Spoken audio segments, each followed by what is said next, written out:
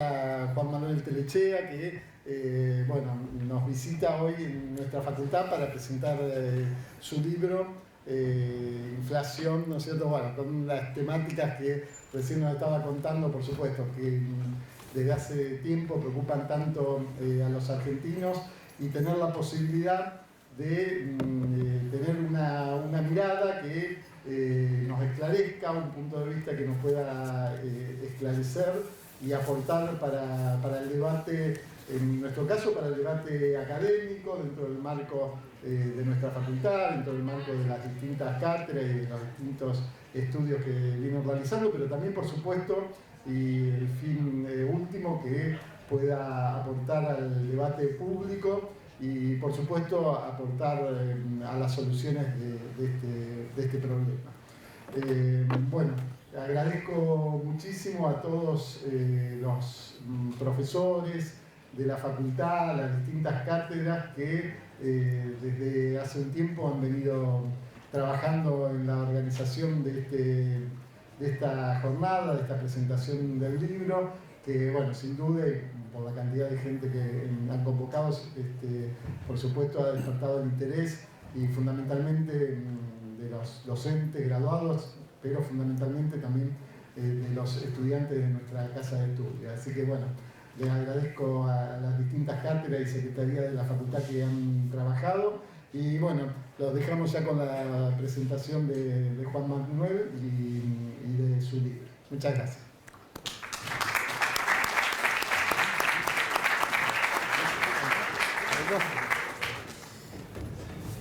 Bueno, hola a todos, gracias por estar acá. Fundamentalmente gracias a Juan Manuel por venirse desde Buenos Aires a presentar este libro, que para mí es un libro interesante para leer, importante. Pero bueno, también agradecer también primero y antes que nada a todas las cátedras que ayudaron a difundir la actividad, a la Escuela de Economía en particular, al Instituto de la Escuela también. Agradecer también a los no docentes, que acá hay un representante escondido atrás de la cortina, pero estuvieron en todo este armado de luces, micrófono, proyector, todo un trabajo, estuvimos acá un buen rato para que todo funcione. Así que agradecer a ellos también.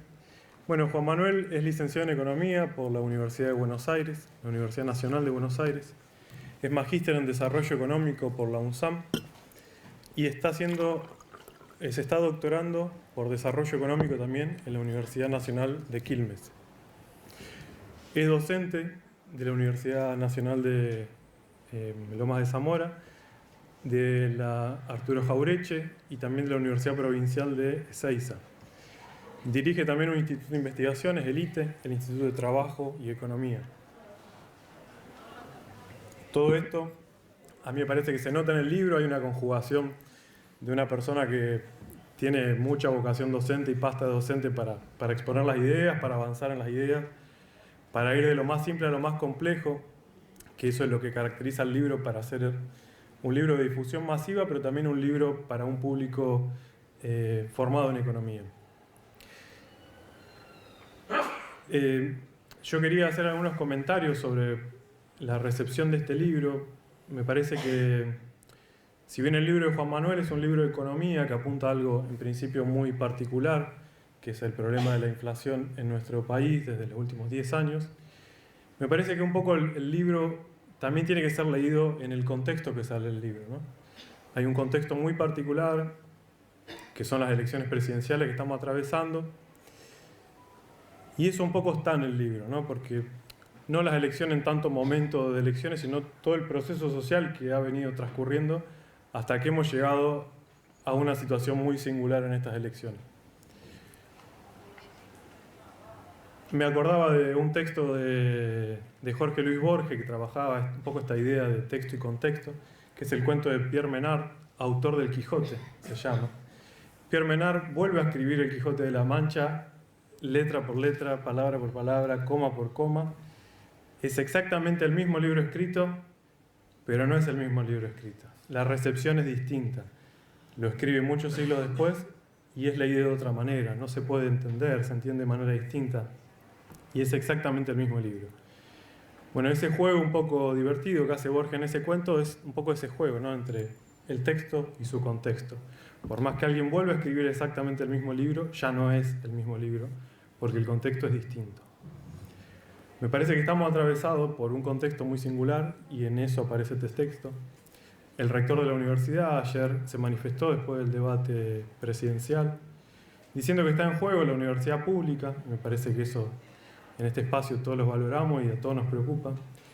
Que está en riesgo también la investigación pública, que tiene una larga trayectoria. Hace poco han salido noticias del CONICET, liderando la investigación en América Latina y en el mundo también. El candidato más votado ha tenido unos comentarios muy singulares de todo el mundo. Incluso el semanario The Economist, semanario liberal, ha hablado que Javier Milei presenta un riesgo para la democracia en Argentina en particular. Ese es un contexto político, pero también tenemos un contexto de textos, ¿no? Un montón de textos que circulan en este sentido desde el 2016 en nuestro país y en el mundo han salido distintos textos, pienso que son textos sobre política económica, en gestión también. Está el libro de Juan Carlos Torres, que habla sobre su experiencia en la época alfonsinista.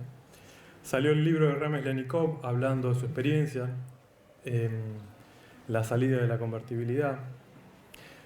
Hubo libros de Culfas, que también Juan Manuel estuvo compartiendo la presentación de su libro con la de Culfas, el último de Culfas, que es post-gestión del ministerio en el que estuvo a cargo durante este gobierno. Y también hay un libro anterior de Culfas. Y todos estos libros van pensando la economía argentina, la economía nacional, desde distintas perspectivas. Y es curioso que vuelven esos textos para revisar gestiones que fueron críticas, la de Alfonsín, la de la salida de la convertibilidad. Y también han circulado muchos textos que para mí dialogan con el texto de Juan Manuel, sin que Juan Manuel se lo proponga, como Pierre Menard. Libros que son más sociológicos, más de teoría económica. Hay un libro de Pablo Stefanoni que se llama La rebeldía se volvió de derecha, me parece que escrito en el 2016, un poco ilustrando los procesos mundiales que estaban pasando con Donald Trump, con distintas presidencias y procesos políticos europeos, y que lo veíamos como lejano, ¿no? Y ahora lo vemos un poco más próximo con lo que está pasando en las elecciones presidenciales y los movimientos que apoyan al principal candidato a presidente. Ha salido un libro de teoría económica reciente llamado Las falacias libertarias. El ex vicepresidente de Bolivia, Álvaro García Linera, sacó un libro llamado La comunidad ilusoria, de cómo se van gestando nuevos imaginarios sociales que mueven las posibilidades de una economía u otra economía, una política u otra. Hay libros de Jorge Alemán, de Bifo Berardi, todos discutiendo transformaciones profundas que está habiendo en la subjetividad de nuestra época, en la política de nuestra época. Y yo creo que dialogan con el libro de Juan Manuel de alguna manera. Digo, no puede ser leído este libro de Juan Manuel sin ese contexto. No necesariamente que esté en el texto, sino que está en el lector que lee esos libros.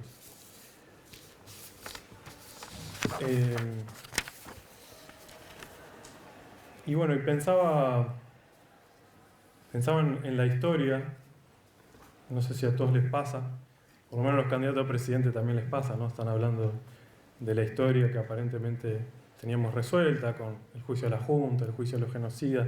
De repente todo vuelve a ser revisitado. Y yo no podía dejar de pensar en un texto de Raúl Prebisch que se llama Contra el monetarismo, donde analiza en el medio de la dictadura del 76 y en el 79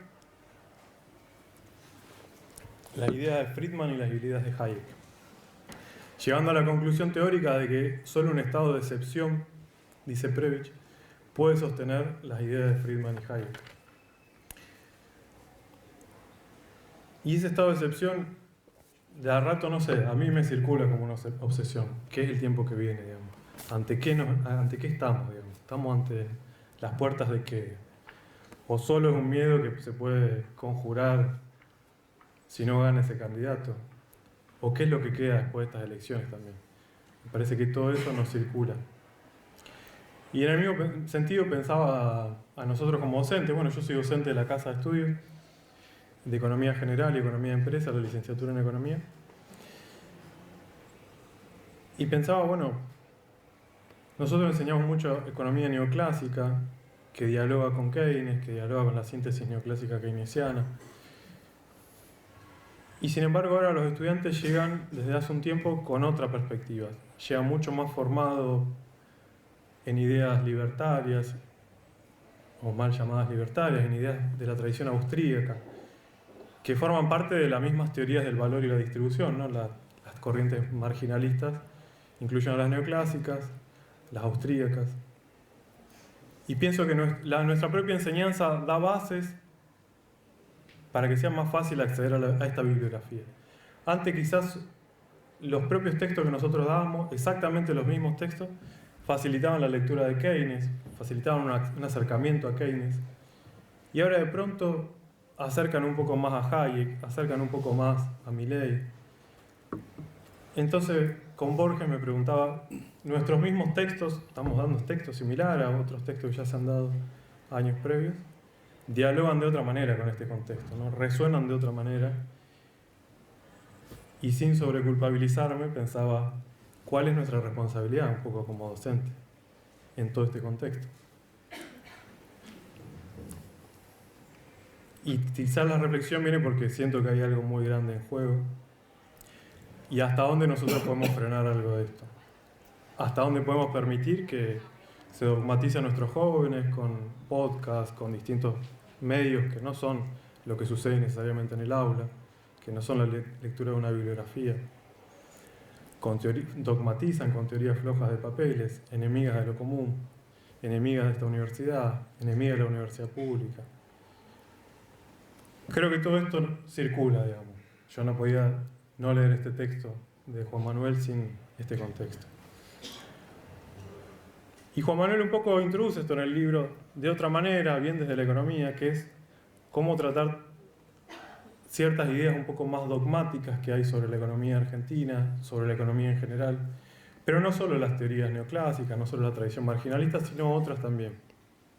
Y cómo eso permite dialogar con el proceso de inflación que vivimos hace mucho tiempo, que él lo presenta un poco como excepcional, por lo menos para la región. Y de ahí, bueno, los debates, ¿no? La singularidad de nuestra sociedad, la singularidad de las fuerzas sociales que nos atraviesan, qué tiene que ver con la inflación, con un proceso que a veces suena muy técnico, muy económico. Así que bueno, le dejo la palabra a Juan Manuel. De nuevo, gracias por estar acá. Y bueno, te escuchamos.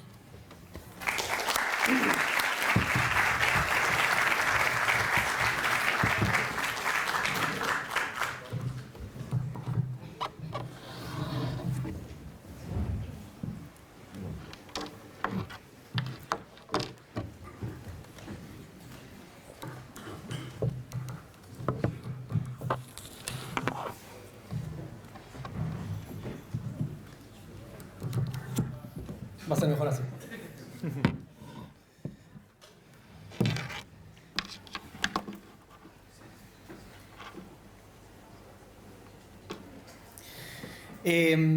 Bueno, primero que nada, muchísimas gracias Ezequiel, Javier, toda la Facultad de Económicas. La verdad que para mí es un privilegio y un lujo poder estar acá presentando el libro, que me hayan invitado, digamos, venir desde Buenos Aires, ¿no? Que a veces es como el otro lado. Para mí es un orgullo en serio ver acá tantas personas, y no sobre todo eso, sino ver tantos chicos y chicas interesados, ¿no? Como decía recién Ezequiel, en el futuro, porque realmente ustedes son las personas que van a transitar más este futuro que se viene ahora, y que creo que son las que más tienen que tener en cuenta lo que se viene, y obviamente para eso hay que entender, ¿no? Me parece que el objetivo fundamental del libro para mí es ese, es tratar de, digamos, que cualquier persona que lo lea, no hace falta que sea una persona economista, la idea está justamente en presentar un libro que sea riguroso, es decir, que no tenga bajadas de línea, justamente que no sea un libro que dogmatice. Me parece que eso hay un exceso hoy en día, y por eso muchas veces uno pierde las ganas de leer, ¿no? Cuando uno lee cosas tan dogmáticas que ya de una, cuando lo lee, dice esto no va. Entonces la idea era que sea algo riguroso, pero a la vez que sea sencillo, ¿no? Creo que esa combinación es a veces difícil de lograr, pero bueno, ese era principalmente el objetivo. Después, quienes lo lean me dirán si va por ese lado o no. Y obviamente también hay un objetivo personal que es una frustración, ¿no? Digo, a pesar de quizás no ser tan grande de edad, de haber vivido tantas crisis, sí me pasa que cuando uno se pone a leer y a estudiar estas cosas, nos damos cuenta que siempre tropezamos con las mismas piedras. O sea, siempre, ¿no? Todas las cosas que están viendo acá, y me pasó porque estuve también del lado de ustedes, estudiando la carrera, y pensando que todas las cosas que nos estaban pasando pasaban por primera vez y que entonces solamente podían ser de una manera. Y sin embargo, cuando uno mira el pasado y se pone a estudiar las crisis económicas argentinas, van a ver que cada una de las crisis actuales que tuvimos, todas tienen muchísima correspondencia con cosas que ya han pasado previamente, ¿sí? Entonces es como que esa frustración de cuando uno se pone a leer, decir no puede ser, ¿no? No puede ser. Y también pasa con esto que dice Ezequiel, que está buenísimo el tema del contexto, que es que por más que haya un montón de libros del pasado que digan esto ya pasó, bueno, hace falta refrescarlos, hace falta reescribir las cosas que ya estaban, quizás de una manera, obviamente ayornándolos a la actualidad, porque una crisis que pasó hace 40 años no va a ser idéntica a una crisis actual, pero sí que si uno se pone ahí a buscar va a encontrar cuestiones que son similares y, digamos, el desafío de un economista hoy en día es tratar de identificar qué cosas del pasado nos tienen que servir para entender el presente, pero obviamente también darse cuenta qué cosas de ese pasado ya no son iguales a como son en la actualidad y entonces ver cómo esas cosas distintas que tenemos hoy en día pueden afectar y hacer una reinterpretación de esas crisis, ¿no? Entonces, la verdad es que yo acá no voy a decir nada nuevo, no vengo a decir que mi libro es una novedad, que va a ser, digamos, algo novedoso, que va a aportar. No, ¿sí? Simplemente es el proceso de muchos años de haber estudiado el tema,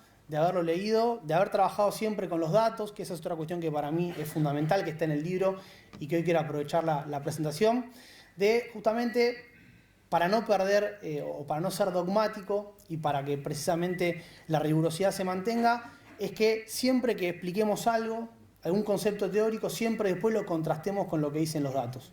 Porque si uno no hace ese ejercicio, ahí sí yo creo que se está mintiendo a uno mismo o si no directamente está haciendo algo adrede, ¿no? Como para bajar algún tipo de línea que no tiene sustento empírico. Con lo cual, digamos, la principal motivación, como les decía, es una frustración. Lo que están viendo acá es el PBI de Argentina, ¿sí? El nivel de producción. Esto básicamente muestra la capacidad de la economía de producir, pero también la capacidad de la economía de generar ingresos, ¿sí? No, sé que hay muchos alumnos acá, pero no me quiero poner técnico, pero básicamente cuando la economía aumenta su capacidad productiva, eso también aumenta los ingresos que genera, ¿no? Es como que la torta que tenemos para repartir de ingresos se agranda. Y la principal, digamos, tragedia de la economía argentina, que es una de nuestras primeras, podríamos decir, excepcionalidades, es que al igual que como ya nos pasó en la década de los 80, estamos atravesando una nueva década perdida. En realidad ya tenemos 12 años donde la economía argentina no crece, ¿sí? O sea, cuando ahí lo que ven en el gráfico es que desde el 2011 el nivel de producción de la economía oscila, ¿sí? Salvo la caída fuerte que tuvo la pandemia, pero oscila sin poder crecer de manera sostenida, ¿no? Ese es un estancamiento que ya tiene 12 años, con la mayor gravedad de que como Argentina es un país donde su población todavía sigue creciendo, lo que está pasando es que el tamaño si el tamaño de esa torta se mantiene constante y cada vez tenemos más personas para repartir eso, bueno, obviamente que es lo que se conoce como el PBI per cápita, es decir, la división de todo ese tamaño de esa economía en relación a la población que tenemos, hoy es un 13% más bajo. Y esto, hay una cuestión que también quiero ser bastante enfático, esto tiene muchísimo que ver con lo que estamos viendo hoy en día de los indicadores socioeconómicos. O sea, es imposible separar el crecimiento de las economías con la calidad de vida, ¿sí? Si bien, obviamente, el PBI per cápita simplemente refleja un promedio, no me está diciendo cómo se distribuyen hacia adentro los ingresos. Si uno agarra cualquier indicador socioeconómico, el que se les ocurra, ¿sí?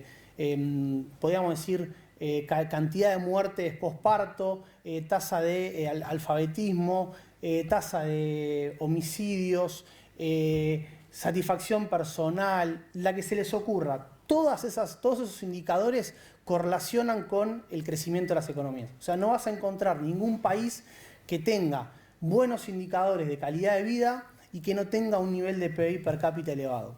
Entonces, por eso es que cuando hoy vemos, como salió hace poquito, el dato de que el 40% de la población argentina vive por debajo de la pobreza y que el 56%, que esto es lo más grave de todo, de los chicos y chicas menores de 14 años, viven por debajo de la pobreza, bueno, es el resultado de esto, ¿sí? Que hoy tengamos a un candidato con ideas bastante exóticas, que si quieren podemos charlar después porque el libro se escribió antes de todo esto, así que podemos discutir un poco más después en la parte de rondas de preguntas. Pero justamente hay que entender que también es parte del fracaso económico que es Argentina, ¿sí? O sea, uno no puede tampoco separar esas ideas de una economía que hace 2 años que no crece y que tiene una inflación en torno al 130%, hace ya, insisto, una inflación crónica, ahora vamos a ver un poquito más, hace más de 15, 20 años, ¿sí? Entonces, por eso también uno tiene que entender que estas ideas no nacen de un repollo y que para tratar de combatir esas ideas, la mejor manera de hacerlo es corregir este problema. Después, una cuestión, este gráfico para mí es importante para contrastar con otros países de la región, ¿no? Porque esto, vuelvo con la idea de Ezequiel del tema del contexto. Uno no puede separar al caso argentino de lo que pasa en el resto de la región. Son países similares, obviamente con algunas diferencias importantes, pero en términos de estructura económica, en términos obviamente de proximidad geográfica, son los países que están, podríamos decir, con los que más deberíamos poder compararnos por esa estructura productiva. Y justamente todos esos países crecieron de manera sistemática, ¿sí? Lo que están viendo ahí es la tasa de crecimiento promedio de las economías de la región en los últimos 10 años. Fíjense que Argentina fue el país que menos creció, o sea, Argentina es una excepción. Cuando en la década de los 80, en 1980, Argentina se mantuvo estancada por 10 años, no fue una excepción, fue un fenómeno regional donde todos los países de la región estaban atravesados por justamente procesos de inflación elevada y de endeudamiento externo muy fuerte, ¿sí? Pero ahora eso no está sucediendo. Entonces, cuando uno dice dónde están las causas de este problema, bueno, yo digo, hay que buscarlas en la economía argentina. No podemos pensar en causas que también pueden ser compartidas por otros países, ¿no? Muchas veces se escucha el tema de la inequidad en la distribución de los ingresos. Bueno, todos estos países tienen un nivel de inequidad mucho más grande que Argentina. En la cuestión política, ¿no? De la grieta, o bueno, Perú, por ejemplo, tuvo en los últimos 15 años 12 presidentes distintos, ¿sí? Tuvo creo que 7 golpes de Estado y sin embargo crece de manera sostenida y tiene una inflación menor al 10%. Con eso, digamos, no estoy diciendo que haya que imitar estos países ni nada por el estilo. Lo que digo es que hay ciertas características donde en esas economías son mucho más graves que las nuestras y aún así no les impide crecer de manera sostenida. Tienen otros problemas, eso no hay ninguna duda. Pero por lo menos, digamos, son países que hace más de 10 años sistemáticamente vienen creciendo y vienen mejorando los indicadores socioeconómicos. Porque si bien la gran mayoría parten de niveles más bajos, vienen mejorando. Sin ir más lejos, Argentina, que fue históricamente el país del PIB per cápita más alto de la región, ya no lo es. Chile y Uruguay nos pasaron por esto que está pasando. Básicamente, nuestra economía está estancada, los otros países siguen creciendo. Bueno, esos dos países hoy tienen un nivel de PIB per cápita y de indicadores socioeconómicos mejores que los de nuestro caso. Y, digamos, ¿cuál es el problema? ¿No? Y yo quiero arrancar, como decía Ezequiel, a mí me gustaría arrancar, si uno lo piensa como una enfermedad o algo por el estilo, por hacer una analogía, arrancar del diagnóstico, ¿no? ¿Qué es lo que uno puede ver así a simple vista del funcionamiento de la economía argentina? Y básicamente lo que podemos ver es que estamos atravesando un proceso muy conocido, también porque Argentina lo sufrió previamente, que se llama el proceso de stop and go, ¿no? Si agarran la literatura de los 60, los 70 y los 80, van a ver que estaba muy presente en los estudios económicos, ¿no? Era la idea esta del freno y arranque de las economías. Arranquemos del gráfico de más arriba a la izquierda, que es el del tipo de cambio, que es, podríamos decir, la variable que mueve a la economía argentina, ¿no? El dólar. Entonces, fíjense que ahí tienen marcados, con las áreas rojas, tienen marcados los momentos en los cuales el tipo de cambio se devaluó fuertemente, principio del 2014, fines del 2015 y 2018-2019. Y después tienen el momento en el cual eso se estabiliza y después vuelve a bajar, ¿no? Entonces, cuando uno arranca por el tipo de cambio, ¿qué es lo que observa? Que cada devaluación viene después atravesada por un salto inflacionario. Obviamente, como la gran mayoría de las empresas tienen insumos importados, esos insumos se pagan en dólares.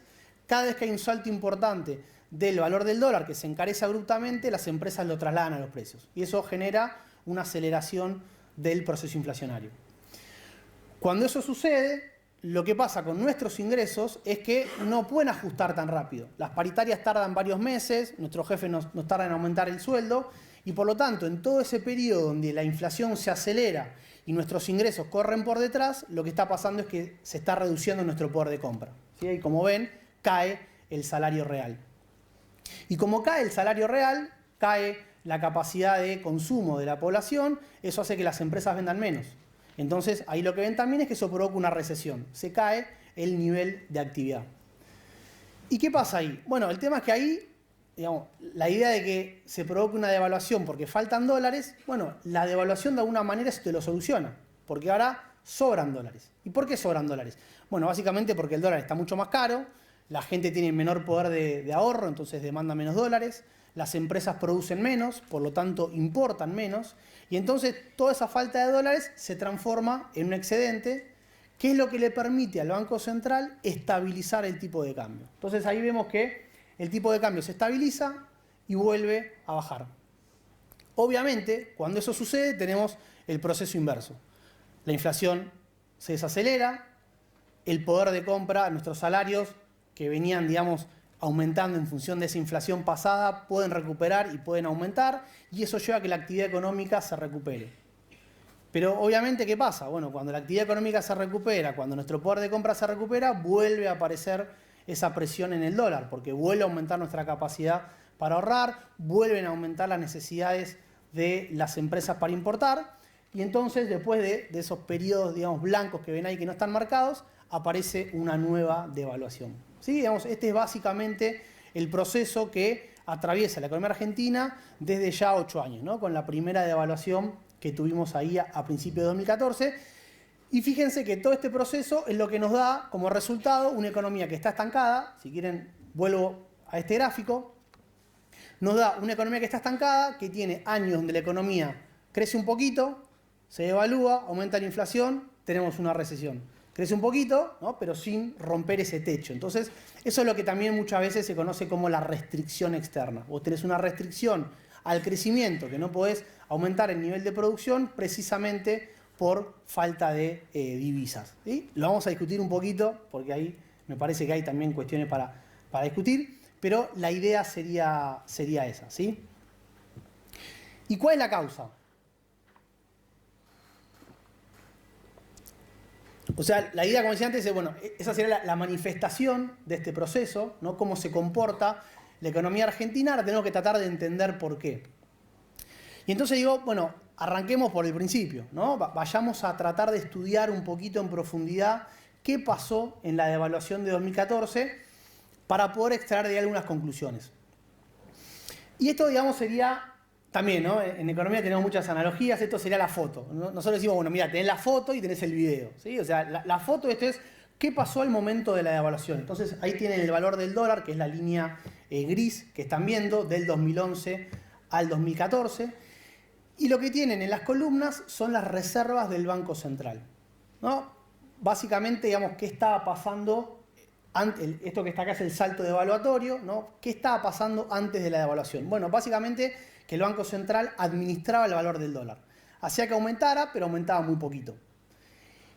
¿Pero cómo lo hacía? Bueno, lo hacía a costa de tener que poner todos los meses dólares de su bolsillo, ¿no? Fíjense que las reservas caen sistemáticamente. O sea, ¿qué está pasando acá? Y lo que está pasando es que la demanda de dólares de la economía es persistentemente más alta que la oferta. Entonces, como están faltando dólares, el que los pone de su bolsillo para evitar que el valor del dólar suba es el Banco Central. Y ahí es donde vemos la caída sistemática de las reservas. ¿Qué pasa? Bueno, no hace falta ser economista, ¿no? Para ver que esto no es sostenible en el tiempo. ¿Por qué? Y porque esas reservas en algún momento se agotan. Entonces, lo que termina sucediendo en la devaluación del 2014 es que después de una caída muy fuerte de reservas, después de regular importaciones, después de regular la compra de dólares para ahorro, ¿no? El famoso cepo, después de hacer todo eso, aún así la economía no lograba generar la cantidad suficiente de dólares y por lo tanto termina devaluando, ¿sí? Entonces, la foto, ¿qué me está diciendo? Bueno, me está diciendo que la devaluación se produjo porque vos tenés una demanda de dólares que es persistentemente a la capacidad que tiene tu economía para generarlo. Entonces, vos eso lo podés, como no haya presión, ¿no? Vos eso lo podés contener por una determinada cantidad de tiempo, pero si el problema no lo corregís, tarde o temprano el dólar termina ajustando y obviamente termina ajustando con una devaluación, porque esa olla a presión, cada vez que vos la estás conteniendo, cada vez esa presión va siendo más fuerte. Entonces, cuando salta de esta manera abrupta, ¿sí? Pero no tenemos toda la respuesta. O sea, la otra pregunta que nos queda es, bueno, ¿y por qué persistentemente la demanda de dólares de la economía era superior a la oferta, ¿no? A la capacidad de generar esos dólares? Y ahí entonces tenemos que meternos con lo que se llama el balance de pagos, ¿no? Tratar de entender cómo utiliza Argentina los dólares y cómo los demanda. Y en este gráfico lo que tienen es la columna amarilla, es la cuenta corriente, que la cuenta corriente es básicamente donde hasta 2015 se movía todo el movimiento de dólares, ¿no? Digamos, todo lo que es las exportaciones de bienes y servicios en relación a las importaciones. Eso básicamente es el principal componente de la cuenta corriente. Digo hasta 2015 porque después entran a jugar los dólares financieros con el endeudamiento, pero eso lo vamos a ver un poquito más adelante.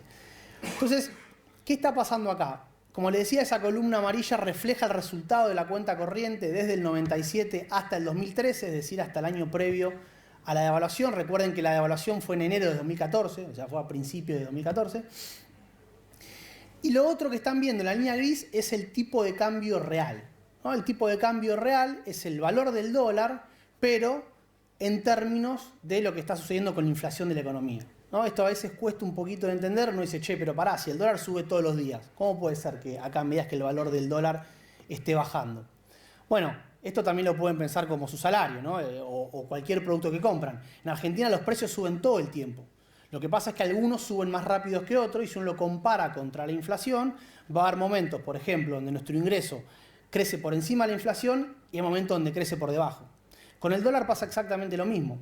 Cuando el dólar crece por debajo de la inflación, se está abaratando, ¿sí? Esa línea que ven ahí cuando está bajando, lo que me está diciendo es que el valor del dólar en términos reales se está abaratando. Y cuando sube, como pasa en las devaluaciones, eso significa que se encarece.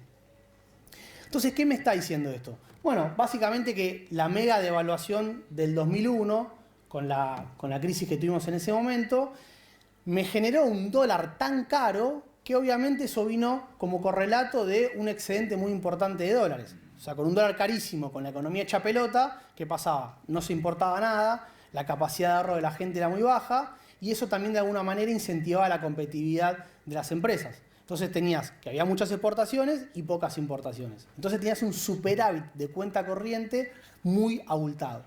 En parte, las reservas que les mostré antes, que para el 2011 era nivel récord, bueno, fue justamente de todo este superávit de años que tuvimos de cuenta corriente. ¿Pero qué empieza a pasar? Bueno, empieza a pasar, sobre todo a partir del 2007, que ese tipo de cambio se empieza a abaratar persistentemente. Año tras año, el dólar se pone cada vez más barato. Y obviamente, digamos, si el dólar se pone cada vez más barato, eso va a incentivar la demanda de dólares, ¿sí? O sea, si algo está cada vez más barato, digamos, hoy quizás no lo tenemos tan presente porque el dólar está caro hace ya bastante tiempo, pero en toda esta época hay un boom de turismo en el exterior, ¿sí? Hay un boom de importaciones, la capacidad de ahorro de las personas en dólares era muy elevada. Y obviamente que a medida que el dólar se iba abaratando, ese superávit de cuenta corriente se va haciendo cada vez más chiquito hasta que finalmente en 2010 desaparece y pasa a ser un déficit, ¿sí? O sea, no solamente no nos sobraban dólares, sino que teníamos que sacar de otro lado para poder financiar la cuenta corriente, ¿sí? Entonces, ¿por qué se evalúa el tipo de cambio? Bueno, cuando uno mira el video, no solamente la foto, es porque lo que tenías por detrás es un proceso persistente donde se fue abaratando el dólar, ¿sí? ¿Y por qué pasa esto? Bueno, básicamente porque lo que tenés, ahora vengo para acá, perdón, Porque lo que tenés es que el Banco Central utilizaba al dólar, utilizaba la política cambiaria como un ancla, ¿no? ¿Qué significa esto? Bueno, vos tenías, recuerden más o menos, si no lo digo, ya para esta época tenías una inflación relativamente importante, estamos hablando del 2010-2011, ¿sí? Una inflación del 20%, hoy parece muy baja, pero ya es una inflación que, digamos, es un problema para la economía.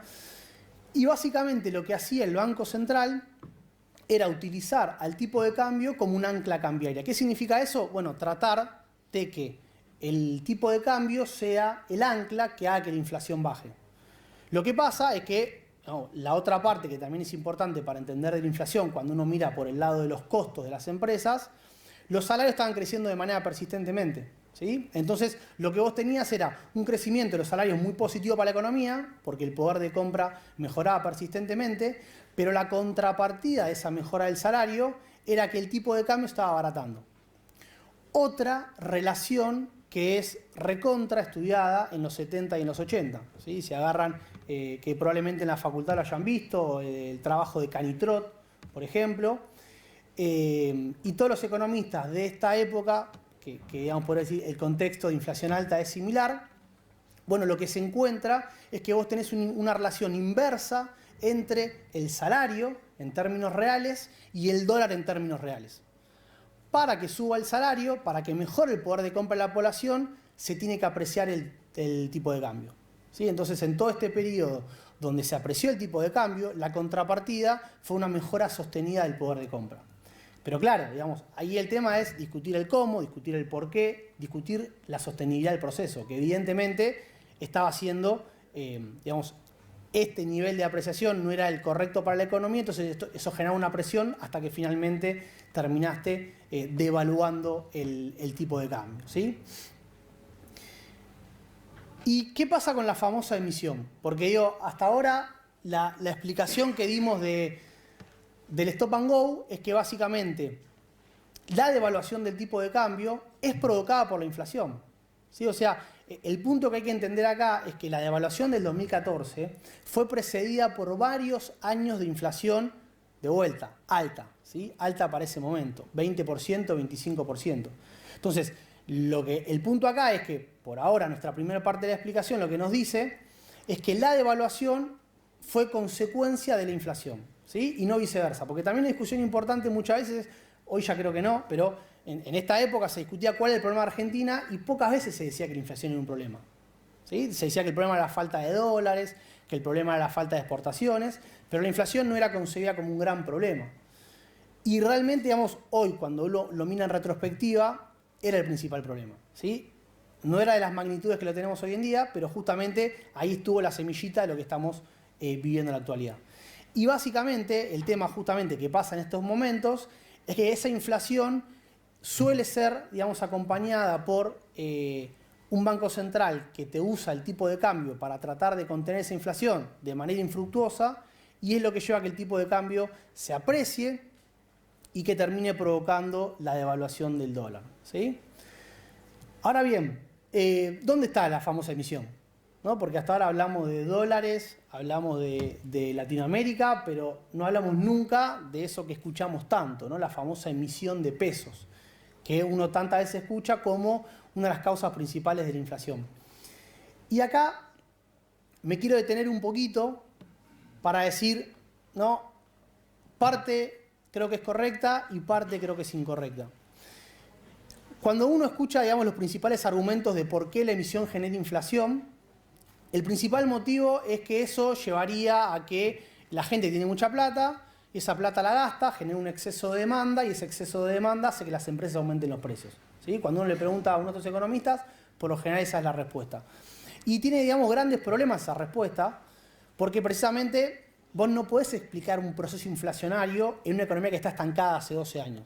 Porque para que haya exceso de demanda, vos lo que tenés que tener es una economía pujante, ¿no? Si vos me estás diciendo que la inflación aumenta porque la gente tiene mucha plata, gasta y eso hace que aumente el precio de las empresas, bueno, no podés decirme eso cuando tenés una economía que está estancada o en recesión, ¿sí? Principal problema.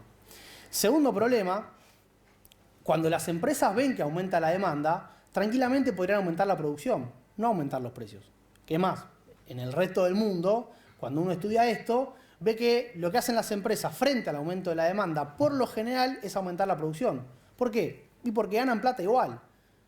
Subir los precios implica perder clientes a mano de la competencia, porque las empresas compiten. Y si la empresa de al lado no me aumentó los precios, la empresa de al lado me robó clientes. Entonces, no es la respuesta lógica subir los precios frente a un aumento de la demanda. Lo lógico es aumentar la producción.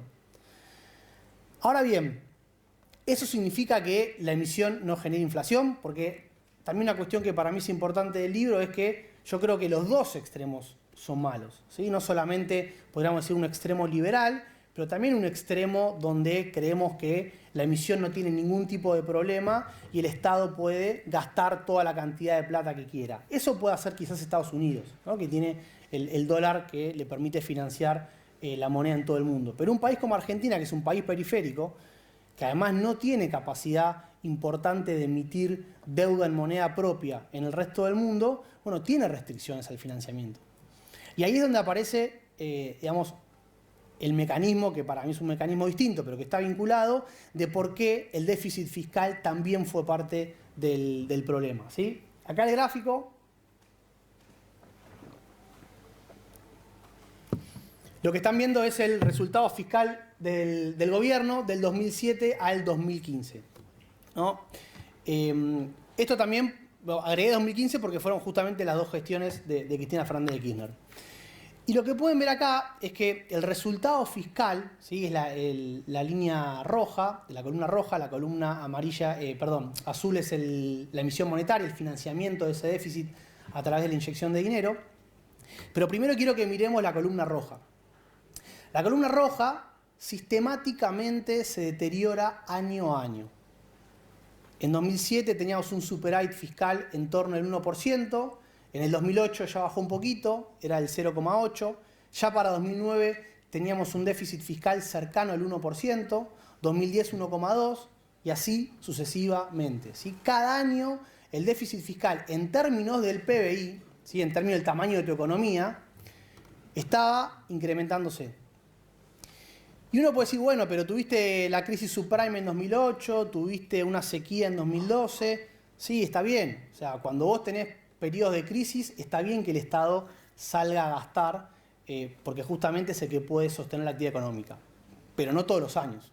¿Sí? O sea, digamos, lo que cualquier manual de economía te recomienda es que vos hagas política anticíclica. Cuando la cosa viene mal, salgas a gastar, pero cuando la cosa viene bien, tenés que recuperar. ¿Por qué? Y porque si no te pasa esto. Bueno, pero quizás es un caso normal en todo el mundo. No todo el mundo tiene déficit fiscal. Sí, es verdad que todo el mundo tiene déficit fiscal. Pero cuando uno mira los datos del Banco Mundial, ¿sí? de estos 8 años, Argentina fue el único país del mundo que persistentemente tuvo un deterioro del déficit fiscal. ¿Sí? O sea, una cosa es que los países tengan déficit fiscal todo el tiempo, pero que tengas un deterioro constante, o sea, que pases como Argentina de un superávit a un déficit de casi 5 puntos del PBI, fuimos el único país del mundo. Entonces, obviamente esto no es sostenible. Esto también creo que es parte de la discusión que hay que dar.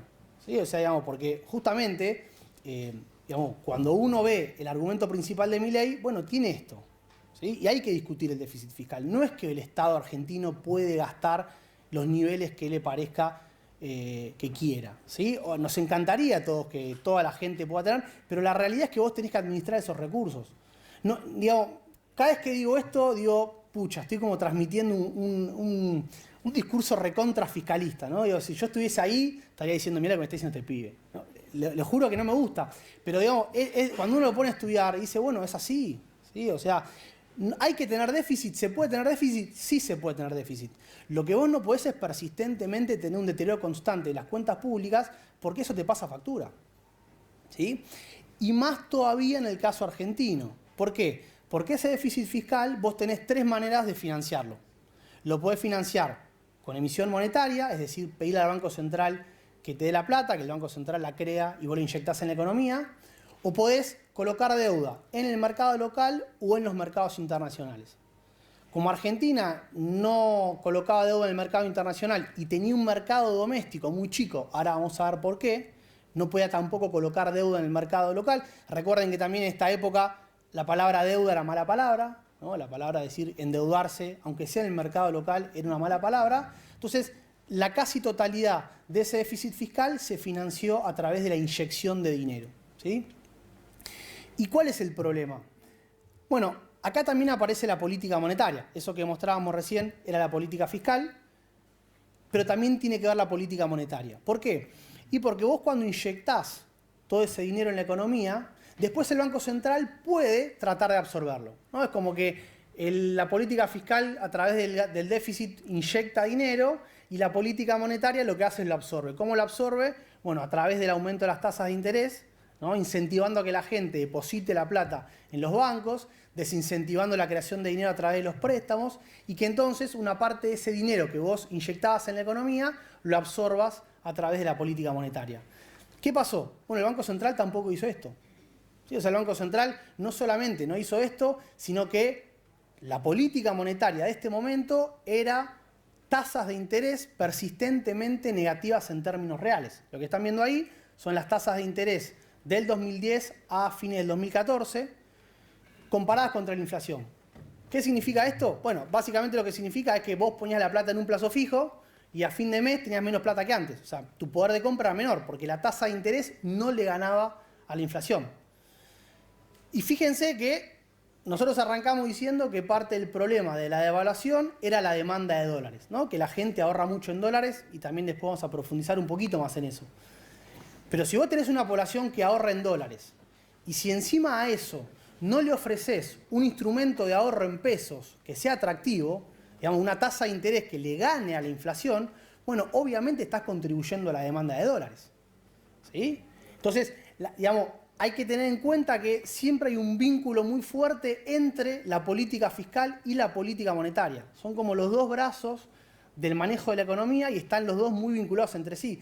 Si el gobierno mete plata a través del déficit fiscal, el Banco Central puede sacarlo de alguna manera a través de la política monetaria, ¿sí? Pero son decisiones del gobierno de turno. Entonces acá inyectábamos ese dinero, además no lo sacábamos, las tasas de interés eran muy bajas, y digamos, ¿cuál era el resultado final de todo esto? Bueno, básicamente que tenías una economía que no generaba muchos dólares, teníamos las exportaciones estancadas, pero además de no generar muchos dólares, vos le estabas metiendo muchos pesos a esa economía y encima le estabas diciendo a la gente ahorren en dólares, porque no puedes ahorrar en pesos porque los plazos fijos perdían. Entonces, ¿no? Uno dice, bueno, ahí uno entiende bien la devaluación. La devaluación tiene dos componentes. Tiene un componente sin dudas que es el de la falta de dólares, ¿sí? No hay ninguna duda, porque para que el dólar se devalúe, te tienen que faltar dólares. Pero muchas veces nos olvidamos de todo el componente financiero que está atado al tema del financiamiento del déficit fiscal y del manejo de las políticas monetarias del Banco Central.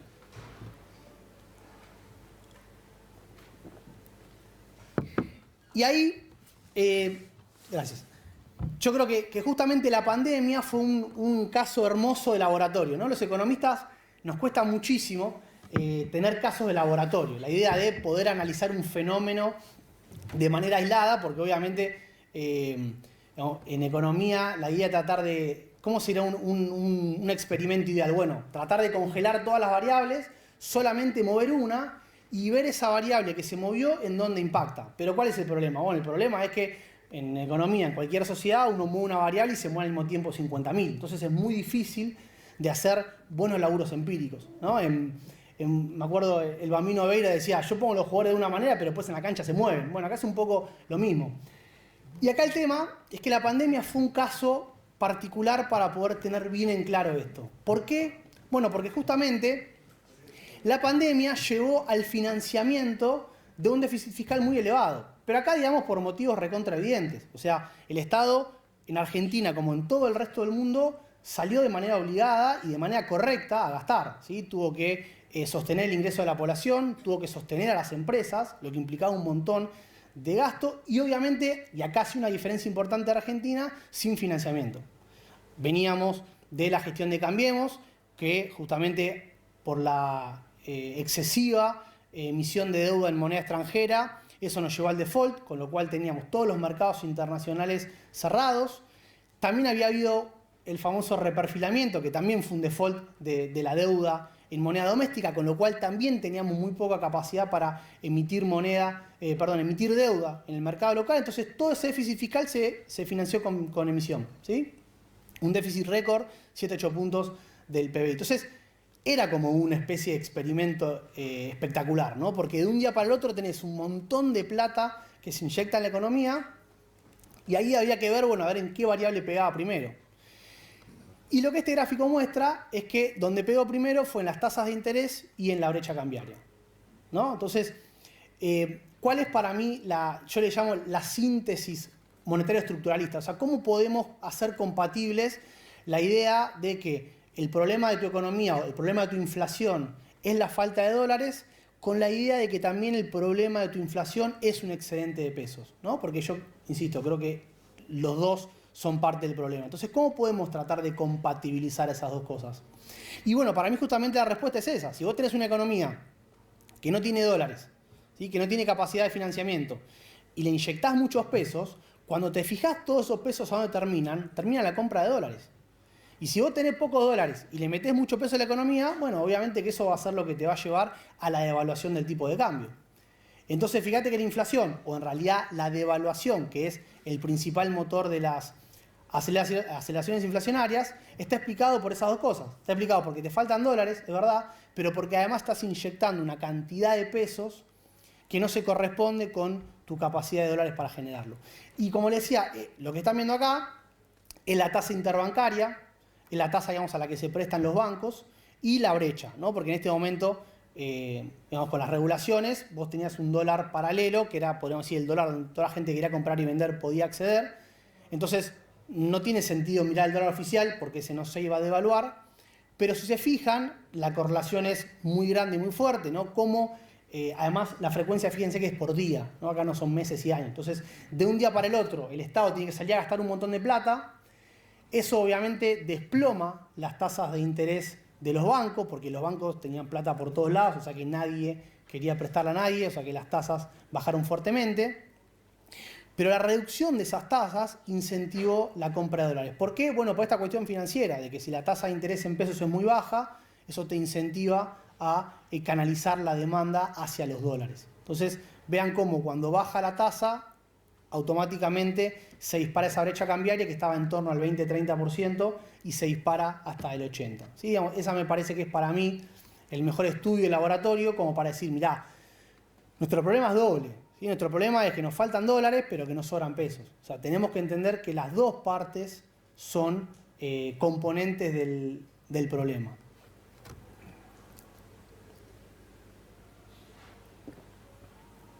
Y para terminar, nos falta explicar una parte más de la inflación, que es, creo yo, la parte más interesante y la que más nos sirve para entender por qué es un problema tan difícil de solucionar, ¿no? Porque también, esta creo que es otra cuestión que es importante. Con el diario del lunes, creo que es evidente que es un problema de muy difícil solución.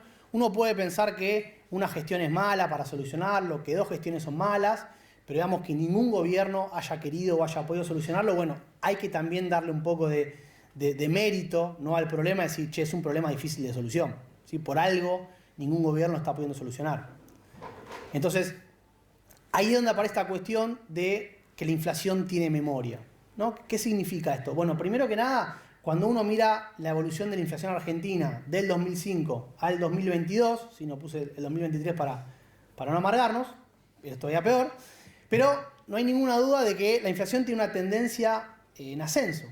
¿Sí? Cada año que pasa puede bajar un poquito, puede subir, pero siempre cada año tenemos una inflación más elevada. Y si miramos la del 2023, tengo que agrandar el eje porque ya estamos en 130. ¿Sí?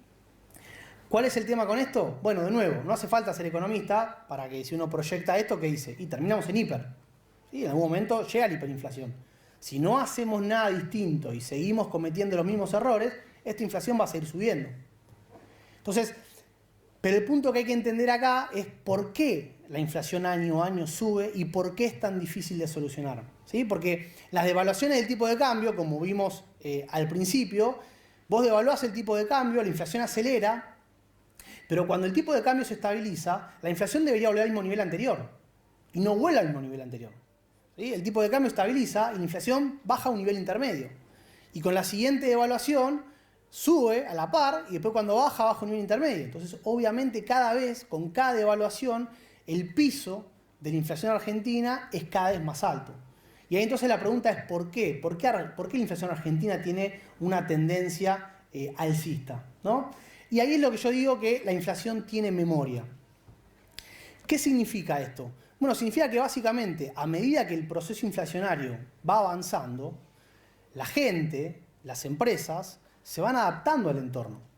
O sea, ninguno de ustedes hoy se comporta igual, cómo gasta, cómo ahorra, que lo que hacía hace 5 años atrás.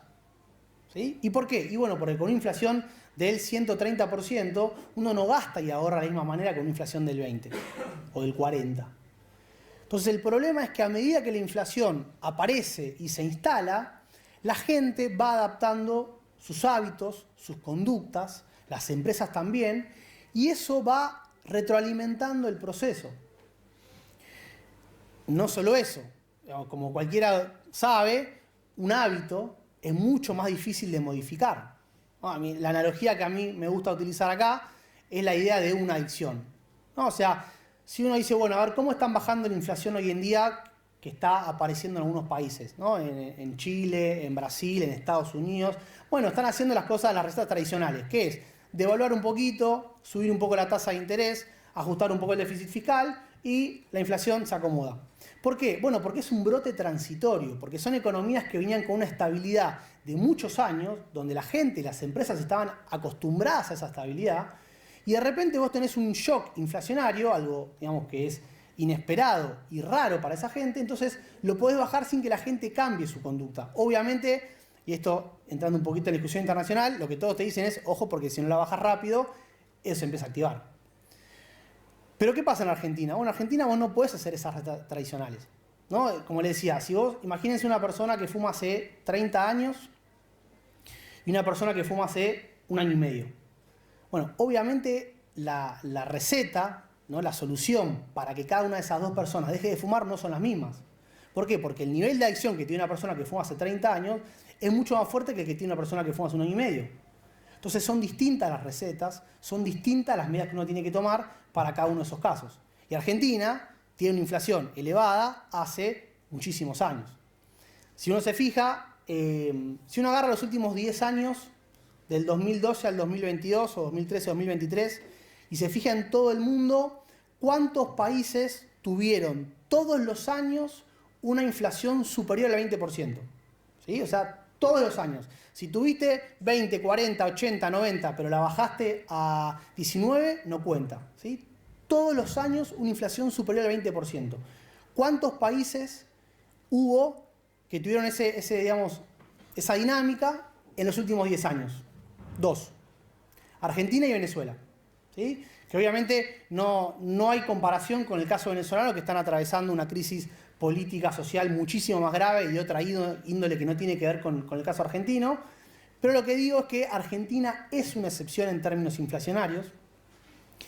Y obviamente no solamente es una excepción sino en términos de la magnitud, sino en términos de la persistencia.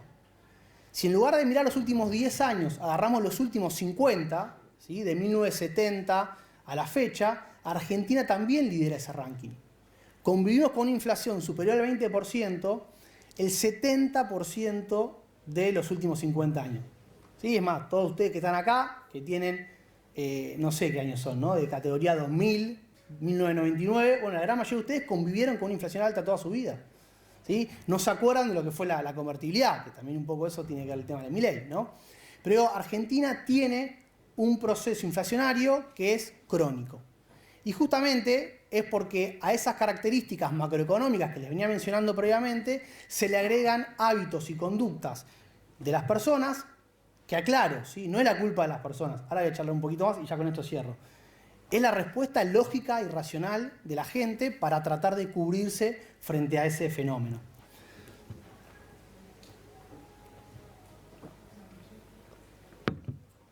¿Qué pasa en un país con inflación baja?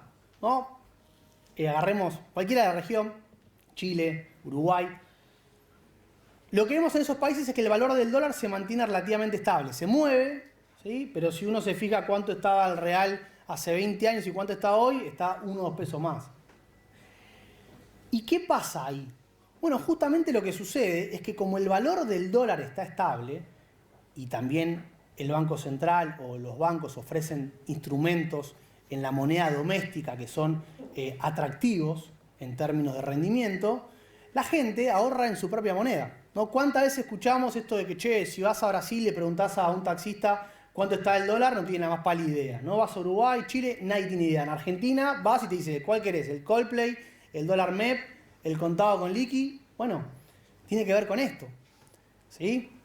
Pero ¿qué pasa? Si vos tenés una economía donde el dólar está estable y la gente ahorra en su propia moneda, fíjate que está contribuyendo a la propia estabilidad de la economía. ¿Por qué? Y porque tenés un componente muy fuerte de demanda de dólares para ahorro que en esos países no existe. Entonces, la estabilidad de la economía provoca la propia estabilidad, ¿no? La estabilidad genera más estabilidad, es un círculo virtuoso. Como la economía es estable, eso hace que la gente pueda ahorrar en su propia moneda y el hecho de que la gente ahorre en su propia moneda contribuye a esa estabilidad, porque contribuye a que el tipo de cambio se mantenga estable. ¿Qué pasa en Argentina? Todo lo contrario, ¿no? O sea, la propia inestabilidad te genera más inestabilidad.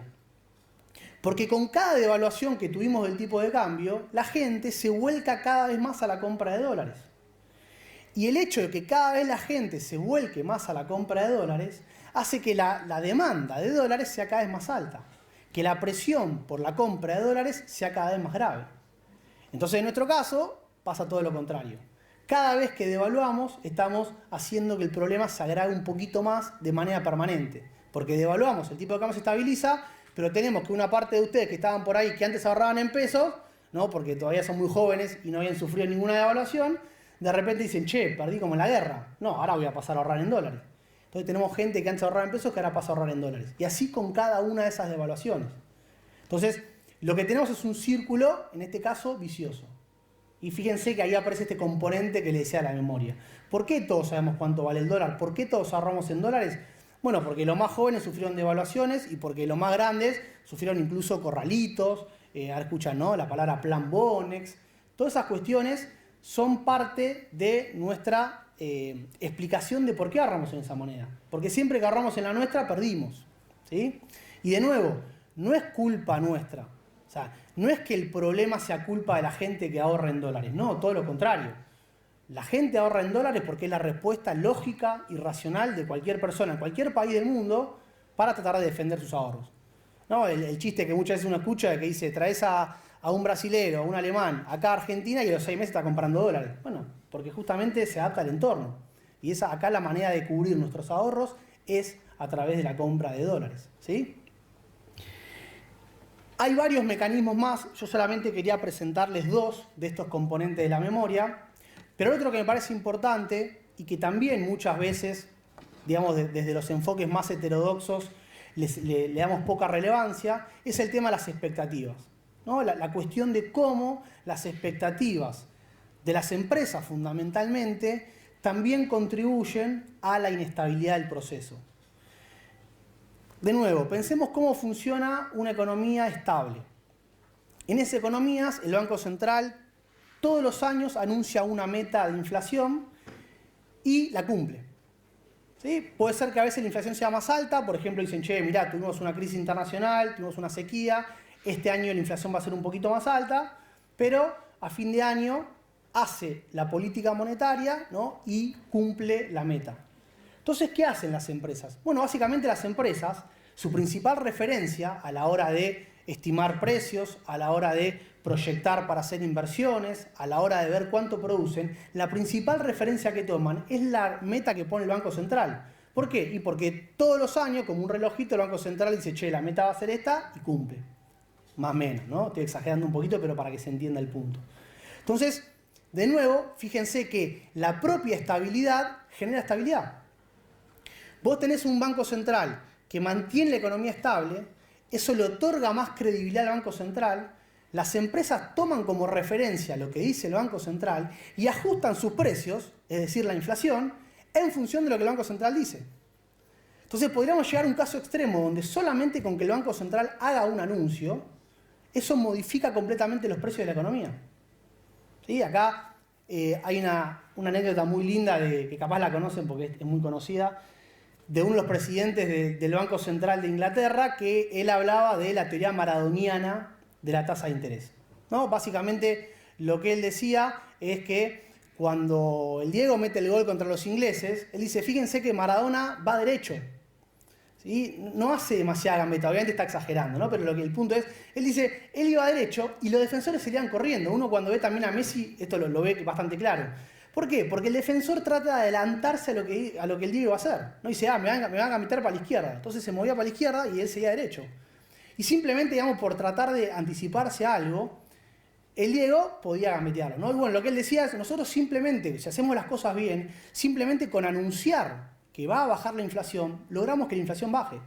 Porque las empresas responden en función de nuestra meta y acomodan los precios a un nivel más bajo. ¿Sí? Entonces, es importante el canal de las expectativas y es importante lo que se le llama el canal de la credibilidad del Banco Central. Que simplemente, a ver, lo que digo es muy difícil que el Banco Central haga su tarea en una inflación alta, ¿no? Pero que es importante tratar de que si vos anunciás una meta, que es una meta creíble. No que si tienes una inflación del 130%, metas una meta del 70%. ¿Sí?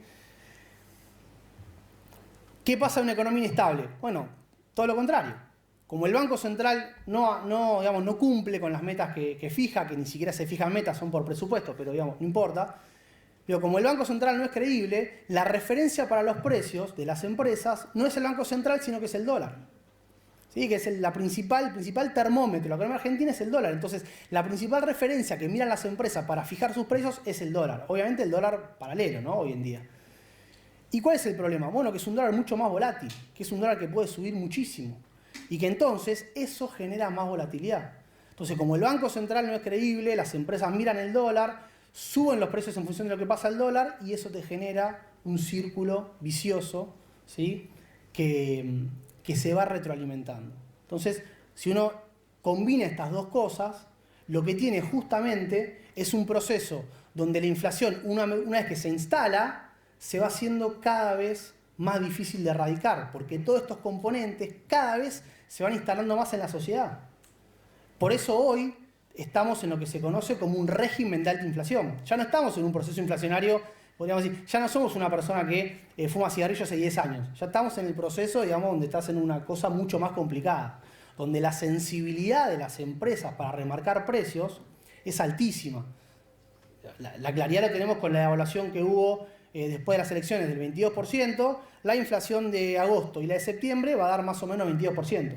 O sea, esa devaluación que vos hiciste para tratar de mejorarla, el valor del dólar, ya lo perdiste en 2 meses. ¿Sí? Estamos en el mismo nivel en términos reales del dólar que hace 2 meses atrás, pero con una inflación mucho más alta. Antes el piso era del 6%, ahora es un piso del 10 o 11%. Entonces, es una situación sumamente compleja. ¿Sí? Tenía 2 gráficos más, pero que lo voy a dejar, de última después lo charlamos, que era el rol de los shocks externos, pero no cambia nada. Así que, para terminar y no excederme mucho más, básicamente para mí la inflación tiene 2 componentes. ¿Sí? Un componente, como les decía, macroeconómico, que está vinculado a malas políticas macroeconómicas, ¿sí? Una mala gestión macroeconómica en términos fiscales, en términos monetarios, en términos de endeudamiento. ¿Sí? Yo analicé acá la devaluación 2014, pero también esto le cabe al gobierno de Cambiemos, donde emitió muchísima deuda en moneda internacional y de nuevo, cuando uno va a ver los procesos de endeudamiento, como fue en la convertibilidad o como fue el de la dictadura de Martínez II, todos terminaron igual. ¿Sí? Todos terminaron, y además es una cuestión mucho más grave, porque si a vos te faltaban dólares porque tu economía no generaba los suficientes, ahora tenés que te faltan todavía más dólares porque tenés que pagar esa deuda que no utilizaste correctamente. Entonces, en mi opinión, digamos, la inflación es un problema macroeconómico. Y es un problema macroeconómico porque vos no manejaste correctamente esas herramientas. Tanto en términos de falta de dólares, por el lado de las exportaciones, pero también por el lado del excedente de los pesos. La política fiscal, la política monetaria. Y a eso se le agrega una cuestión que ya diríamos hoy es tarde, es con el diario del lunes, pero que desde el momento en el que vos dejaste que la inflación vuelva a aparecer, ya empezó a activarse esta memoria y por eso hoy es tan difícil de solucionarla. Digamos, insisto, con el diario del lunes, pero si pudiese volver con la máquina del tiempo y decir en 2007, tratemos de mantener inflación en torno al 10%, porque 20, que puede parecer poco hoy, es la raíz del 130 que tenemos hoy. ¿Sí? Porque esta memoria se activa a partir de ese momento. De nuevo, ¿no? Yo del 2011 estaba terminando la carrera, seguramente como muchos de ustedes, y todas estas cuestiones nadie las discutía, así que es difícil en el momento estar ahí y ver las cosas. La realidad es que la mejor manera de verlas siempre es con el diario del lunes, ponerse a estudiar los procesos una vez que pasaron, pero tratar de que no se vuelvan a repetir, ¿no? También un poco la idea del libro es que estas cosas, que cuando uno mira para atrás y se fija qué pasó en los 70, en los 80, cómo terminamos con una hiper, bueno, no fue muy distinto a lo que está pasando hoy en día. Hago la aclaración de que no creo que estemos cerca de la hiper. Para llegar al 89, que fue la hiper, hubo 15 años de inflación por encima del 100%. ¿Sí? Del 75 al 89 tuvimos, 14 años consecutivos con inflación del 100%. O sea, dicho mal y pronto, nos faltan muchos más errores para llegar a la hiper. Pero es una economía mucho más abierta, tenés criptomonedas, o sea, hay otras maneras de escapar al ahorro en pesos, ¿no? Al cepo, que antes no había, con lo cual eso puede acelerarse. Pero el punto es que si no modificamos estas cuestiones, lamentablemente no vamos a poder solucionar el problema, ¿sí? Si quieren, ahora dejo un ratito para preguntas y podemos charlar de las soluciones que hay en el libro, pero no quería extenderme demasiado. Simplemente darles un panorama del diagnóstico y las causas de la inflación, ¿sí?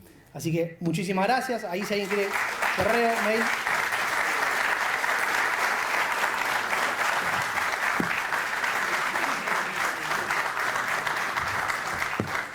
Bueno, muchas gracias Juan Manuel, muy interesante la exposición. Hemos hablado de Borges, de Maradona, de la inflación, todos fenómenos de la cultura nacional. Ahora quisiéramos abrir una ronda de preguntas. Está el micrófono abierto para hacer intervenciones, preguntas al autor del libro. Si les parece, hago circular el micrófono, así se escuchan para todos. Juntamos 2 o 3 preguntas y, Dale, sí, obvio. y volvemos.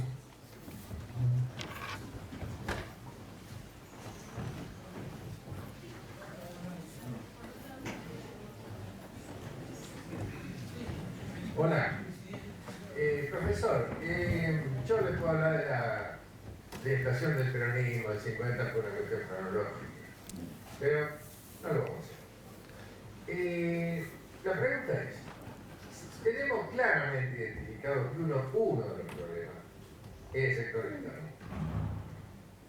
¿A qué atribuye usted que la dirigencia argentina, no Juan Pedro, la dirigencia argentina en 70 años no encaró con alguna honrosa excepción ese problema desde el punto de vista de la política económica? Esa es una. Y la otra es más actual. ¿Qué hacemos con la fuga de capitales? Porque a mí la viejita que se compra $200 y se va al colchón, eso no es el problema. El problema es la plata grande que se fuga.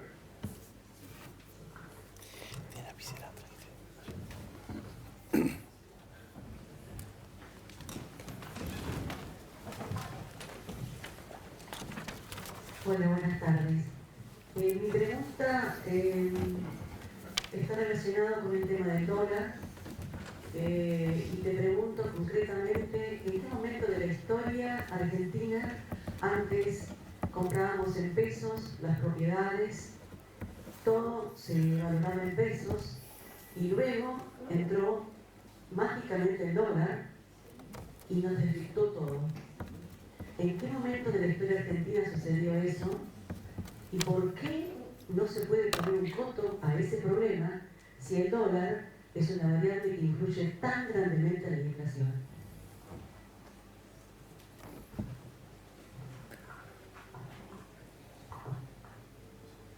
Buenas tardes. La pregunta es breve. Hay muchas opiniones respecto al rol que implica la remuneración a los pasivos del Banco Central en este momento. Me gustaría saber su mirada sobre eso, si es el problema a solucionar, si no, y si hay que desarticularlo, ¿cómo?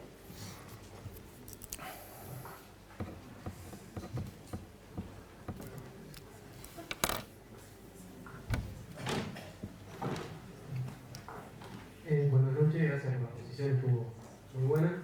Mi pregunta tiene que ver en perspectiva con el funcionamiento de la política económica de acá más, teniendo en cuenta que los agentes, como vos bien decís, internalizan un poco los procesos económicos y eso puede resultar en el impedimento de los planes económicos que se vayan a aplicar porque lo intentan anticipar y lo dejan sin efecto. Entonces, creo que es un reto para los futuros hacedores de política y me gustaría saber tu opinión al respecto y si tenés algo para decir en esa cuestión. Gracias. ¿Querés que...? Pero a ver si anda... Hola, ¿se escucha? Sí, igual, si no, sin micrófono. ¿Una más? Dale. De la mano lo que preguntaba el compañero, en el actual contexto, ¿qué considera que sería más factible para una estabilización, un proceso gradual o shock?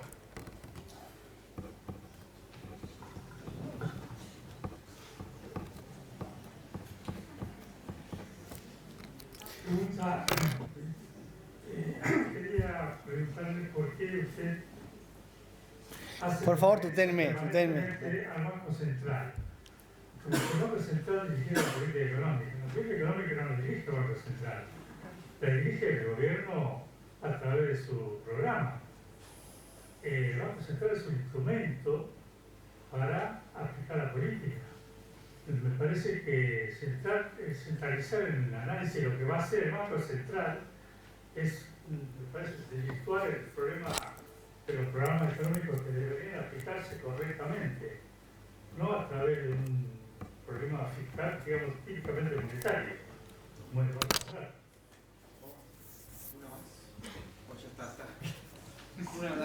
Juntamos. Hay votado por eso. Esperá, perdón. Vamos. A ver, levante la mano quienes tienen preguntas. Después hacemos otra. Si no, hacemos una ronda más, por eso. Que vaya a contestar. Listo. Hola, igual es medio bajito, pero si no hablo. Hola. No. Hola. Hola. Hola.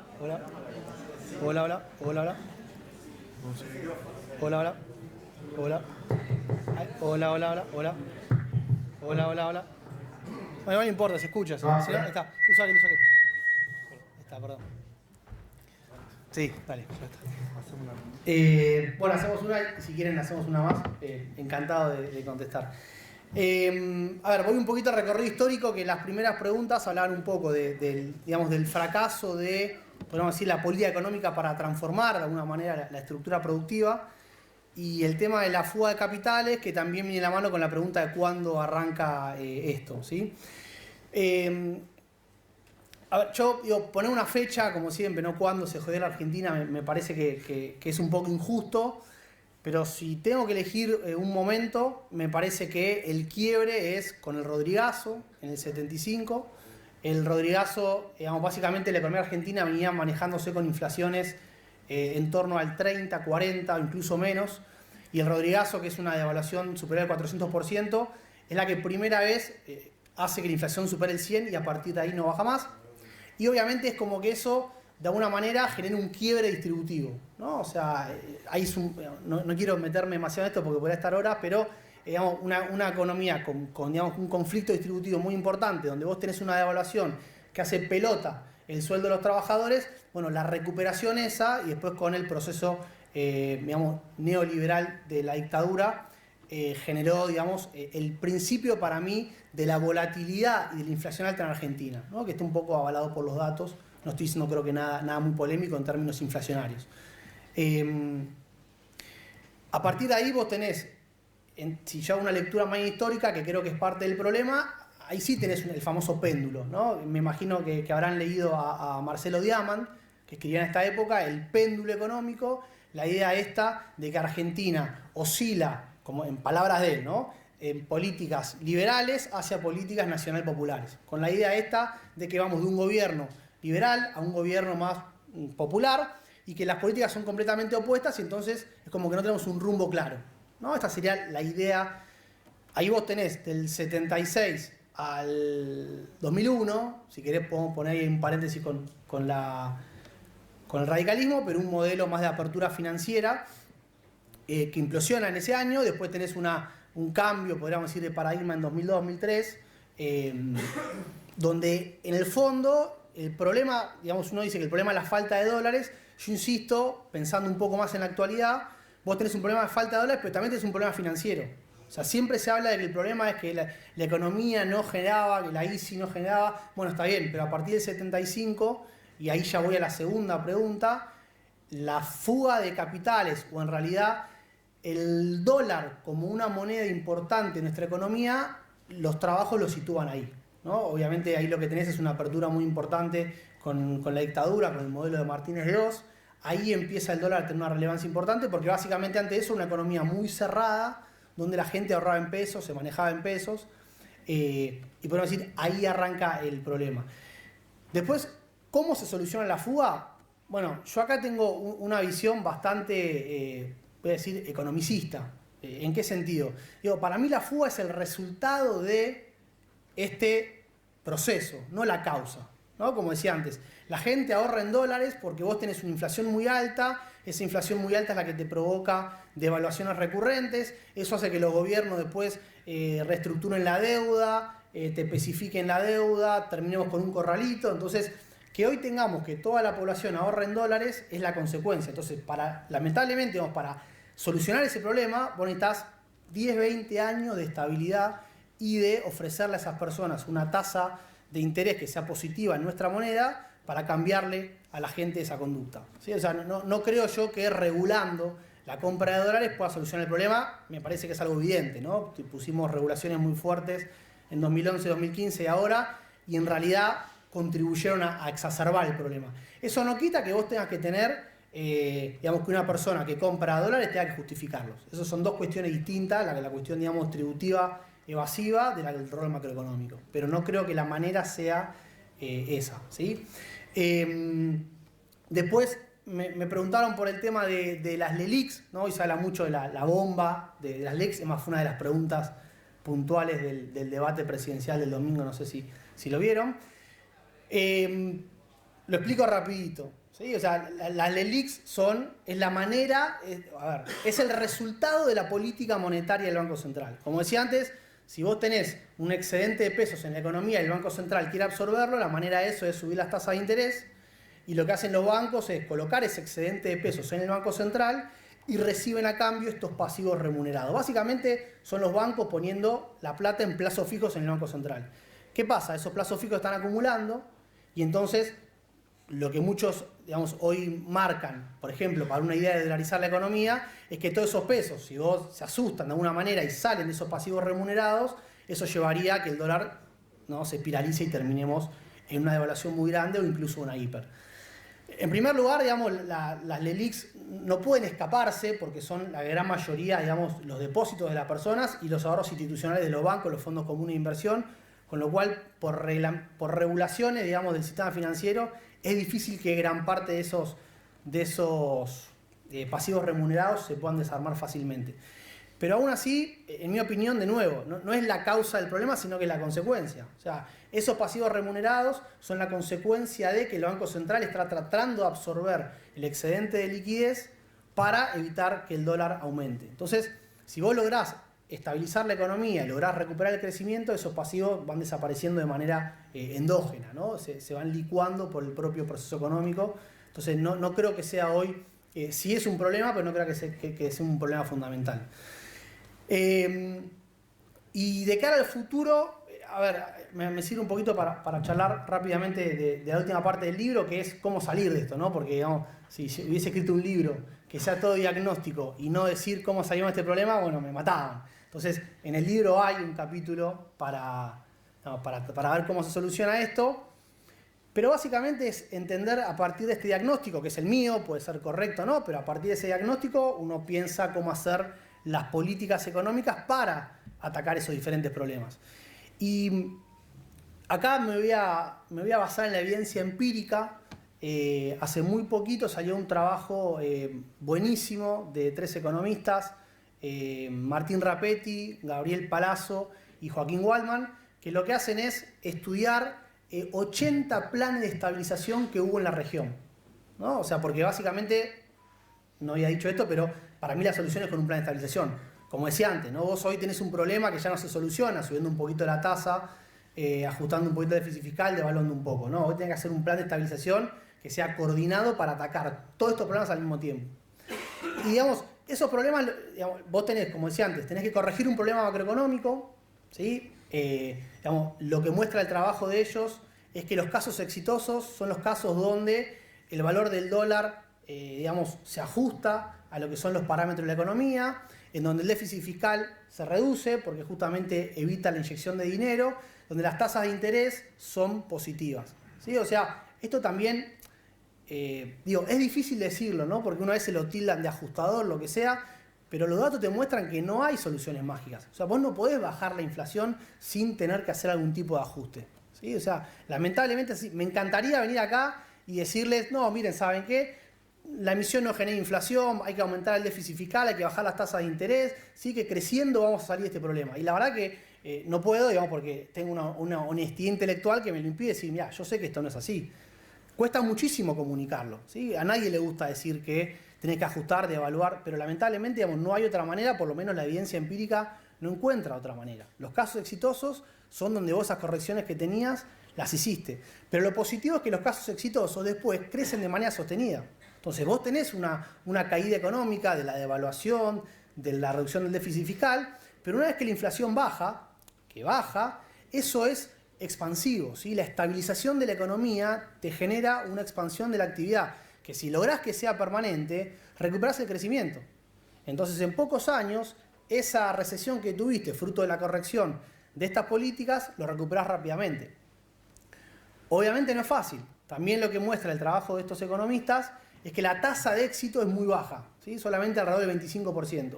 ¿Por qué? Bueno, por esto, porque tenés que hacer, es una operación a corazón abierto, ¿no? Que tenés que hacer un montón de cosas al mismo tiempo y quizás no tenés al mejor cirujano, ¿no? Quizás ni siquiera tenés un cirujano, tenés una motosierra, ¿no? Pero, digamos, la cuestión es esa. Entonces, es una cosa muy delicada para hacer.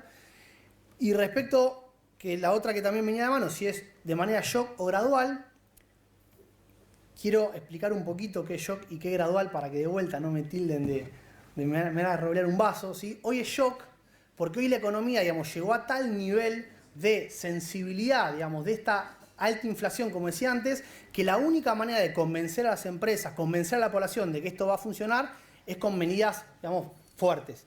Pero cuando uno dice fuertes, no estamos diciendo ni dolarizar, ni unificar el tipo de cambio el día 1, ¿sí? Esas son cosas que no se pueden hacer. Lo que sí es que la velocidad a la que vos tenés que aplicar el proceso no es la misma que podías hacer en 2015 cuando se discutía esto. O sea, hoy, para mí dolarizar no es la solución, para mí unificar el día 1, la brecha cambiaria, de evaluar un 100%, tampoco es la solución porque quedás en riesgo de hiper, pero sí es verdad que la velocidad a la que tenés que lograr la convergencia y la eliminación de la brecha cambiaria es mucho más alta que la que era en 2015. ¿Sí? Probablemente estamos hablando de un horizonte máximo de un año.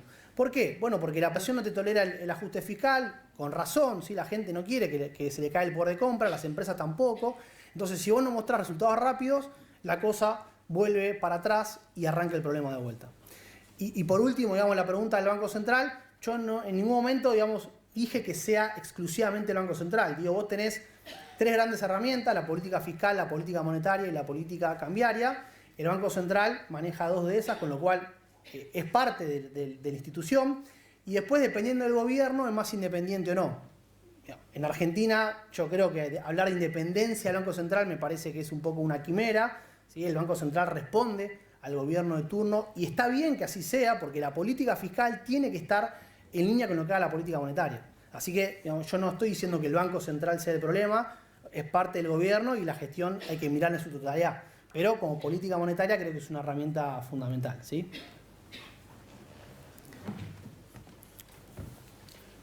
¿Tenemos más preguntas?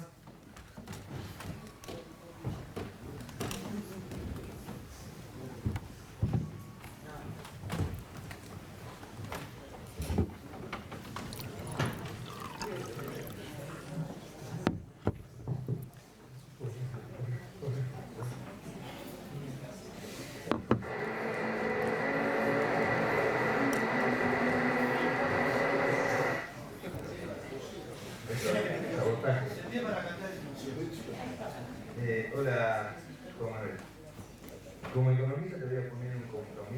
importante y va a ser el siguiente. ¿Cómo pensás vos que la literatura mundial, cuando vos empezás a leer, tanto sea mercantilistas, fisiócratas, clásicos, marxistas, neoclásicos, y te vas a Keynes, y te vas a... Ninguno de los diagnósticos funcionaron acá. Todo es extremo, de un lado al otro. ¿Cómo pensás que se va a conectar la economía con la política? ¿Cómo van a resolver los economistas ese punto que es el más difícil? La desconfianza, porque ¿sabés cuál es el tema? Los argentinos en los últimos 20 años aprendimos una banda. Cuando nos dicen, no van a devolver, comprar dólares. Cuando nos dicen, nos mienten y ya somos expertos en detectar mentiras. Entonces, hay un problema que es que vos planteás, la explicación de la inflación está muy buena, pero hay cuestiones que son sociales y muy complicadas porque todas las recetas de los economistas mundiales no coinciden con el fenómeno argentino. No sé cómo van a hacer los economistas para salir de esto. Nada más.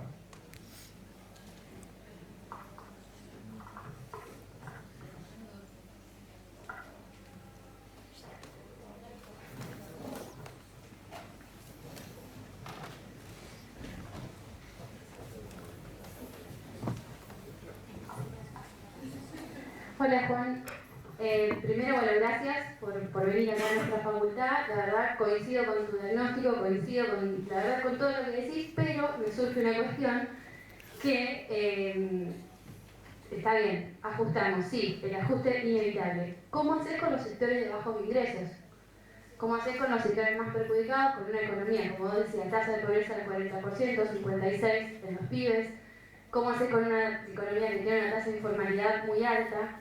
Entonces, parte de este diagnóstico de las propuestas, siempre, o sea, mi duda es, bueno, ajustar y cómo. Cuando el ajuste en general lo terminan pagando los mismos.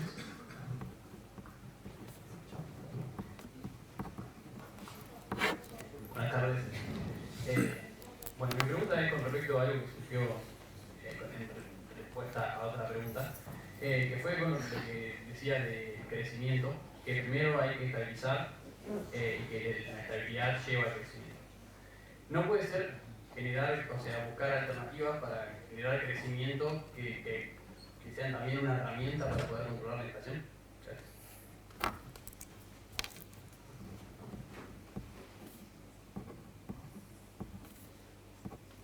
¿Alguien más? No. Acá.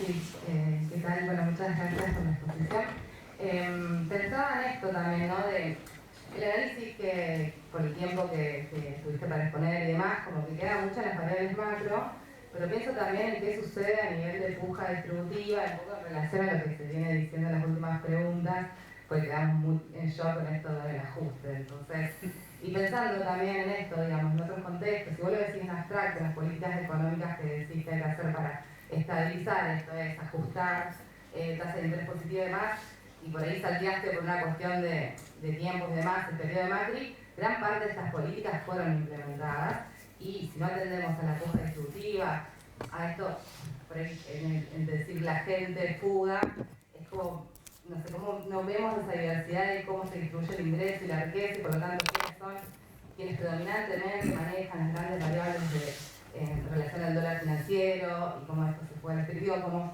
poder complejizar un poquito más para pensar a futuro, si decimos, bueno, sí, claramente hay que controlar las cuentas fiscales, cuáles son los ítems que tocaría, por ejemplo, tarifas claramente, en qué sentido. Me parece como que por ahí, para que el ajuste no suene, que siempre lo vamos a pagar los mismos, poder transmitir en este contexto electoral y demás, cuáles serían justamente los énfasis que haríamos en ese tipo de control de gasto fiscal en relación a quienes podrían pensar en las políticas de más de tipo de tiempo, y con esto termino, de decir, bueno, saquemos las exenciones tributarias, bueno, el gasto tributario. Bueno, es una mirada distinta a decir, bueno, hay que ajustar para todos, y bueno, por ese lado viene la pregunta.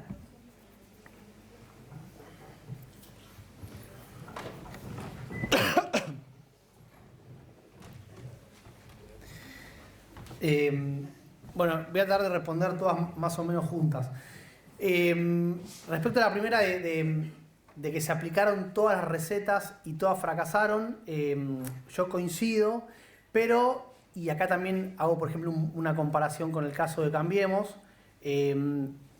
Primero que nada, vuelvo a decir algo, me parece que hay que entender que es un fenómeno de muy difícil solución.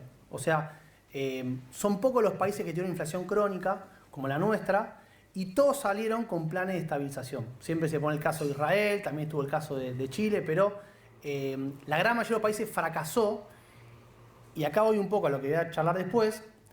La manera con la que desapareció la inflación en el mundo terminó siendo con ajustes 10 veces más violentos. O sea, porque lo que no hacemos por las buenas, el mercado lo hace por las malas. ¿Sí? O sea, si vos tenés muchos años de todo esto, dijimos, terminás con una terminás con una crisis como la del 2001, y en todos los países de la región donde la estabilización no fue exitosa, la inflación terminó bajando, pero con una crisis donde los que la pagan siempre la terminaron pasando muchísimo peor. Entonces, yo insisto con algo que decía antes, siempre estuve a favor de los trabajadores, de mejorar el poder de compra, de que los de abajo no paguen las crisis, pero hay una realidad que uno tiene que entender. Primero, una correlación de fuerzas en el mundo en el que estamos. Las empresas tienen mayor poder que los trabajadores porque tienen esa capacidad para trasladar los precios, ¿sí? Entonces, la mejor manera para mejorar el poder de compra de un trabajador es con una economía estable. O sea, ¿por qué el salario de los trabajadores pierde sistemáticamente hace 8 años? Y porque la economía no crece.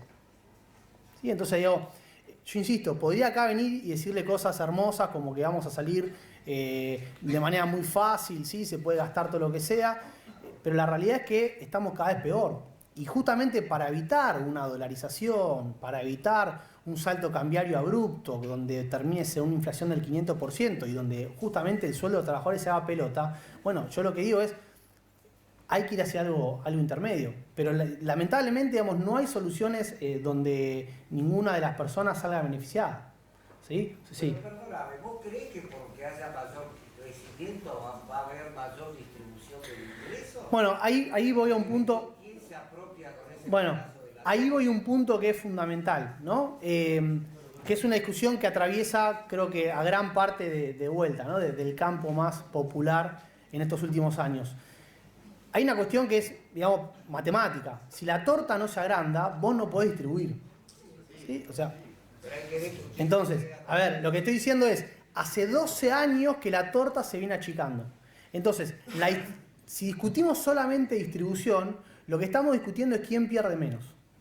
¿Sí? Entonces, yo lo que digo es, el resto del mundo puede discutir la distribución, pero con una torta que se agranda. Y además es mucho más fácil de distribuir una distribución. No, para que termino toda la idea y después de la última discutimos. Pero digamos, el punto acá es, por lo menos, de nuevo, ¿no? Uno dice, ¿se puede distribuir primero y crecer después? Sí, se podría, pero acá el problema no es un problema, digamos, es un problema inflacionario. Entonces la pregunta es cómo hacer para bajar la inflación, porque lo que quedó claro es que con una inflación elevada la economía no crece. Entonces eso, digamos, partimos de una premisa. Si no bajas la inflación, la economía no va a recuperar el crecimiento.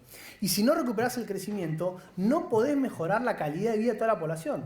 ¿Por qué? Y porque si vos no tenés una torta que sea cada vez más grande, que genere cada vez mayores ingresos, estás en lo que se conoce como un juego de suma cero. Es mejorarle a uno para sacarle a los otros. No es así como funciona en el resto del mundo. Y, digamos, no hay manera de mejorar la calidad de vida de toda la población si la economía no crece. ¿Sí? Por lo menos hasta ahora no hay otra manera. Quizás uno puede discutir algunas teorías medio de crecimiento, pero en Alemania o en Suiza, donde la población de menores ingresos ya tiene una calidad de vida que puede bancarse no crecer más. ¿Sí? En Argentina no podemos bancarnos no crecer más. Entonces, vos tenés que recuperar el crecimiento. Si alguno conoce alguna manera de crecer en la cual podamos crecer de manera sostenida con inflación alta, bienvenido sea. Si uno se fija en los países del mundo, no hay manera. ¿Sí? Por lo menos hasta ahora esa manera no existe. O nadie le encontró la vuelta. Entonces, lo que digo es, con la evidencia que tenemos, hoy mi recomendación, honestamente intelectual y siendo, digamos, una persona que está siempre a favor de que las personas de menores ingresos le vaya cada vez mejor, es que si vos no bajas la inflación, van a estar cada vez peor. Y hablando ya puntualmente de cómo hacer esto, bueno, obviamente que hay siempre recetas infinitas, porque, digamos, esto de que se aplicaron todas las recetas, sí es verdad, pero el cómo importa. Entonces, Cuando decimos, bueno, se aplicaron toda esta receta con el gobierno de Macri. No, lo que hizo Macri fue endeudar a la economía en más de 200.000 millones de dólares, con lo cual cuando uno mira la capacidad argentina para generar dólares y la capacidad a la que se endeudó, bueno, eso no es hacer una política consistente y liberal. Digamos, uno ve otros países que se endeudan y no fue lo que hizo Macri. O sea, lo que hizo Macri fue una irresponsabilidad total en términos de endeudamiento. O sea, claramente no fue una política, digamos, liberal, coherente, por así decirlo, consistente. ¿Sí? Porque yo quiero discutir esta idea de ya hicimos la parte liberal. Sí, está bien. Si se pudiese hecho de otra manera, quizás hubiese tenido otro resultado.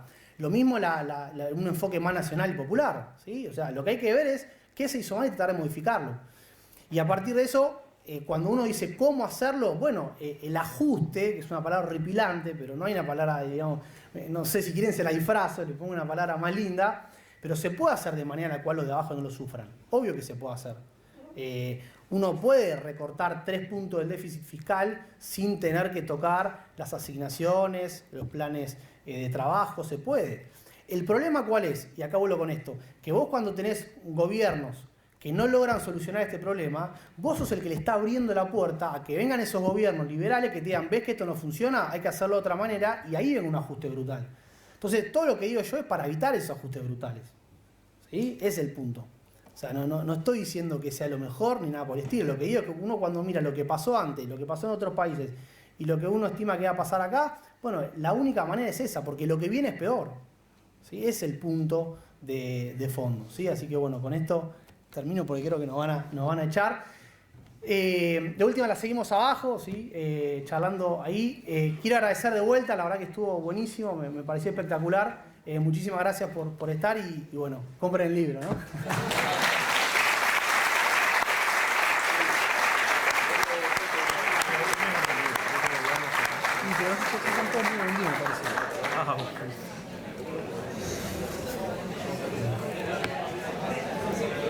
Una pregunta, ¿no?